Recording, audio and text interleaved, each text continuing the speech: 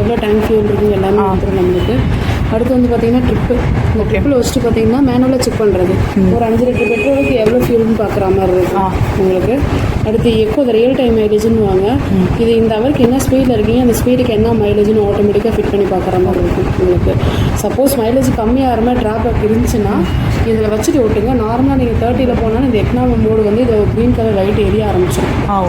அந்த டைமிங் வந்து நீங்கள் எவ்வளோ கிலோமீட்டர் இதில் எவ்வளோ நீங்கள் ஆவரேஜாக ஓட்டுறீங்கன்னு பார்த்துக்கலாம். Average kilometre. அடுத்து டைமிங்கு, ஆயில் மாத்திரை இன்டிமேஷன். மேலே உள்ள பாக்ஸ் வந்து பார்த்தீங்கன்னா ஆயில் மாத்திரை இன்டிமேஷன் இருக்கும். இப்போ ஒவ்வொரு சர்வீஸ்க்கு வந்து பார்த்தீங்கன்னா 1000 கிலோமீட்டர் வந்தோடனே பிளிங்கிங் காமிக்கும்.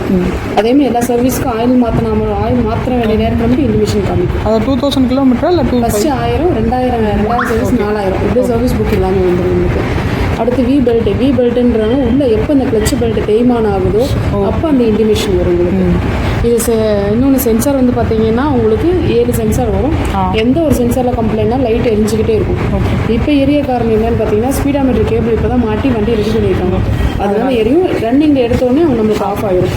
இன்னொன்று கட் ஆஃப் சைடு ஸ்டாண்டு எடுத்தால் தான் வண்டிக்கு ரன்னிங்கில் இன்ஜின் கட் ஆஃப் ஆகிடும் நம்மளுக்கு. ஹைப்ரேட்னு சொல்லுவோம். அசஸ்ட்னு சொல்லிட்டு ஒன்று இருக்கும். எப்போலாம் அந்த வண்டிக்கு எக்ஸ்ட்ரா டார்க்கு தேவைப்படுதோ அப்போ ஃபியூலும் பேட்டரியும் கொஞ்சம் பவர் எடுத்துக்கும். அப்போ மட்டும் தான் அந்த அசஸ்ட்னு சொல்லிட்டு லைட் ஆன் ஆகும். உங்களுக்கு நார்மலில் உங்களுக்கு அந்த லைட் ஆன் ஆகும்.